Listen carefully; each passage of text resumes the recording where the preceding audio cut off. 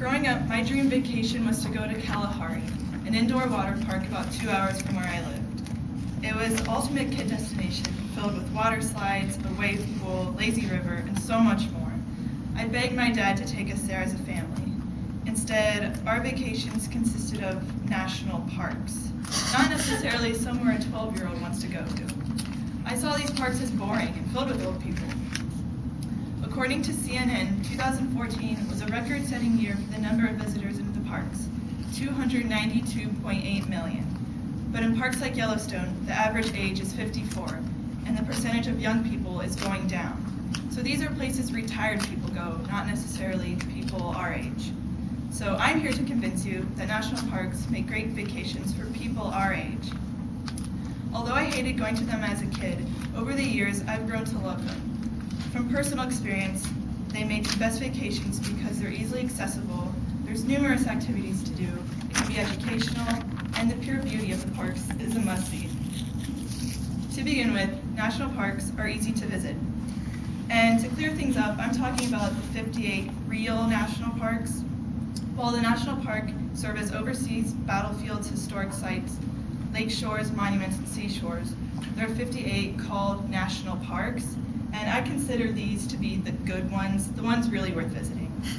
So unfortunately, the Midwest is the worst region. But that being said, you probably live in a state where there is one, or there's one right next to you in a close by state. So like what my family did is we took an East Coast trip, a Florida trip, upper Midwest, and quite a few out west trips. And the main expense is basically just getting there, gas money or flying. To get in, it really doesn't cost that much. Looking at the National Park website, on average, vehicles cost about $10 to $30, and the individual fee is about $5.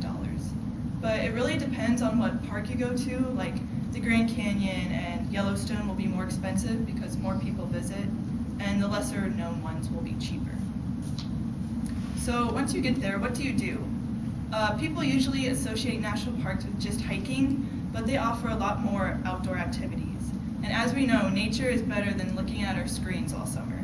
According to the newshealth.com, being in nature reduces depression, promotes good mental health, improves focus, and strengthens the body's immunity.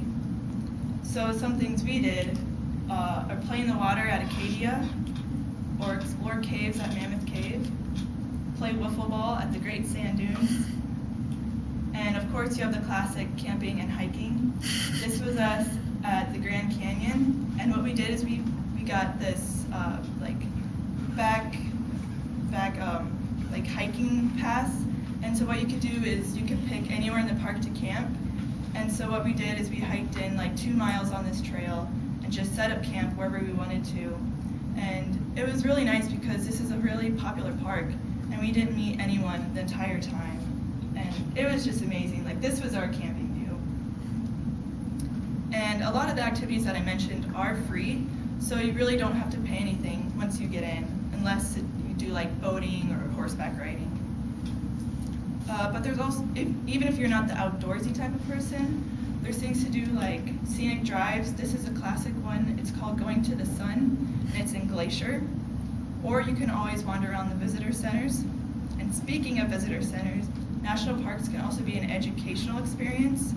There's a lot of science and history at the visitor center, and you can go to ranger talks. And each national park has their special program and specialty. For example, this is a program for the Badlands in South Dakota this summer, and they have a geology walk, and at the bottom, an evening program and night sky viewing. And my family and I went to the night sky viewing, and it was just really informative, and the park rangers were really good at answering your questions, and the view was just beautiful. But other parks hold as much beauty as the Badlands. Just seeing the landscapes is worth the trip. And especially now, there's an urgency to see these parks. In an article by Travel and Leisure, these parks are threatened by air pollution, budget cuts, outside threats like real estate development, and road construction. For instance, it takes about $22 million a year to run Yellowstone, and Glacier may not be called Glacier any longer. So in conclusion, I encourage you all to vacation at a national park because they're easily accessible, there are numerous activities to do, including educational ones, and you're exposed to some of the best landscapes in America. I agree with the president of National Parks Travelers Club, John Gigoris, when he says that the U.S. national parks have a truly timeless appeal for all generations.